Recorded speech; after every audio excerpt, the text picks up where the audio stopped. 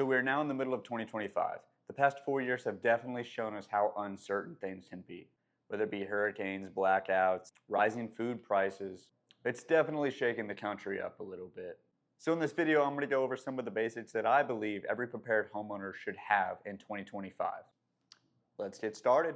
So first, we will be going over food preps, and I'm kind of going to lump heat and fuel sources in this as well. I'll kind of touch on heat a little bit also when we start getting into solar power and power storage as well, because heat tends to drain a lot of that pretty quick.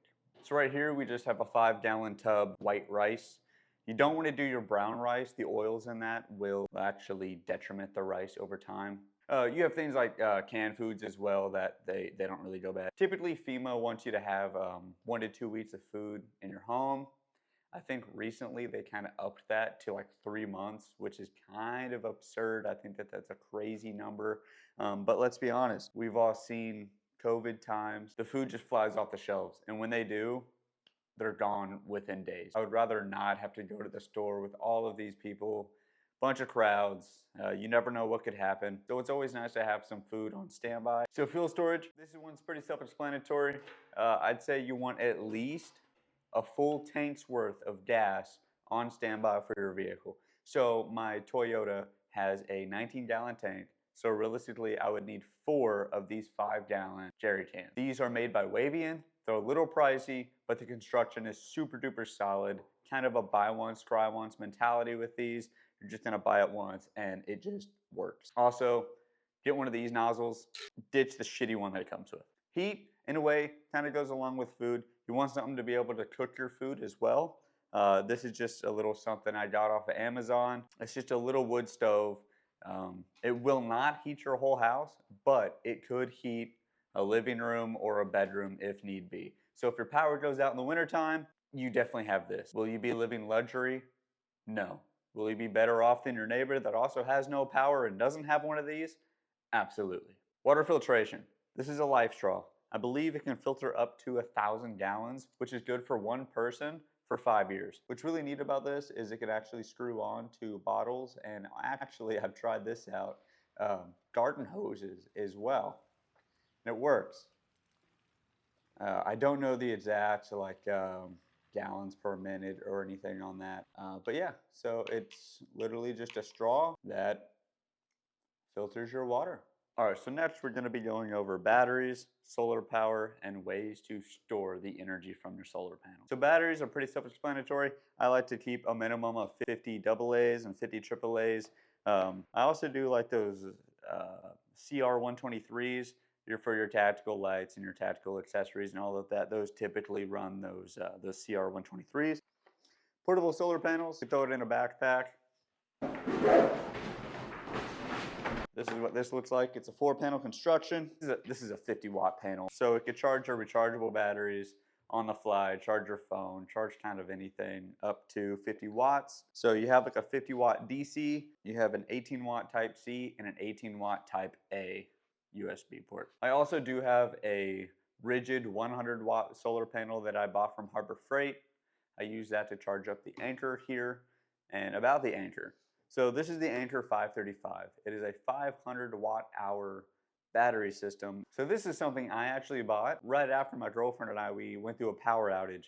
It lasted maybe 3 hours, but those 3 hours were enough to justify spending the money on one of these. And I actually really enjoy this thing. I love it. I do not have a gas-powered generator. This can power all my basic appliances, minus like a microwave, things that use heat. That's why I talked about the little wood stove instead. It's a lot more efficient, and then I could use this just for my basic electronics. It's way better than being thrown back into the Stone Age. You never know when those lights are gonna come back on. Next up, we have maps and communication. Maps is pretty obvious. I picked up one of these spiral bound road atlases, and it just has all of your basic maps of the United States. Internet goes down, anything.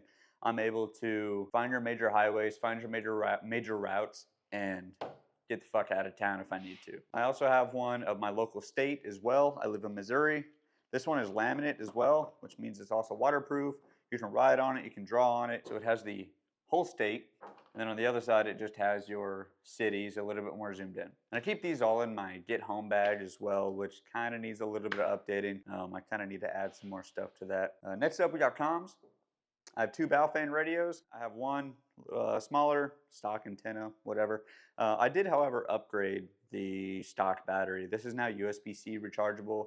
That way I don't have to use the dock. Same thing on this, just the bigger version of it. I really like this one. This one actually lives in my Toyota. These are programmed. This also has a Nagoya 771 antenna, floppy dappy doo. I kind of wish I went with a little bit of a shorter one, but these are programmed with my local repeaters. Also, while we're on the subject of comms, so this is just a scanner. It's a little big and bulky, a little old, but you know what? It works. Your dedicated scanners are gonna scan a lot faster than your Baofeng radios. Now we will be getting into a little bit of the more of fun stuff here. Everybody likes guns, body armor, all this stuff, ammo, storage, all the fun stuff, right? Obviously, if you're a prepared citizen or a prepared homeowner, get yourself an AR-15. What are you doing? Make sure you get a good light on it.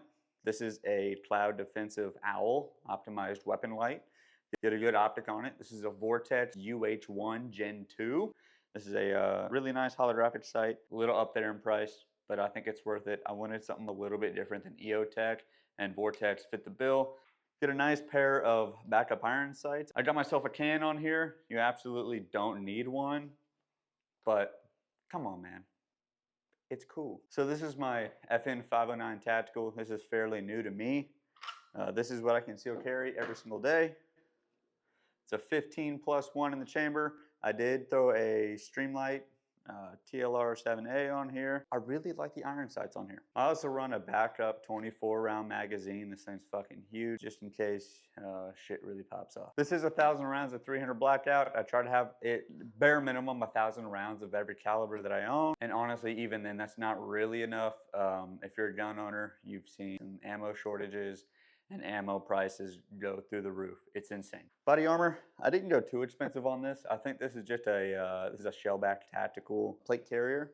The plates, not too sure what brand they are, but they are like the level 3 ceramic as well. Definitely go ceramic, don't go steel. This is my helmet setup. This is actually a ACH that I bought off of eBay for, I don't know, 150, 200 bucks. Sent it off to custom ACH for a high cut. Like ops core style rails. Got a counterweight on the back, and then this is just a cheapo Amazon Wilcox knockoff. I run my NVG30 digital night vision off of this as well. I'm a broke boy, so I cannot afford a PVS 14. So this is a ballistic helmet. It's level 3A rated. This can stop shrapnel where bump helmets cannot, so I ended up going for that. So like I said, this is kind of the bare minimum necessities that I think every prepared homeowner should have. Just kind of touching all the bases. You can definitely dive a lot deeper and be spending a lot more money on this stuff. Just kind of dipping my toes in each category, doing what I can, kind of get a leg up in these uncertain times. Thank you guys for watching. I really appreciate it, and I'll see you on the next one. Bye.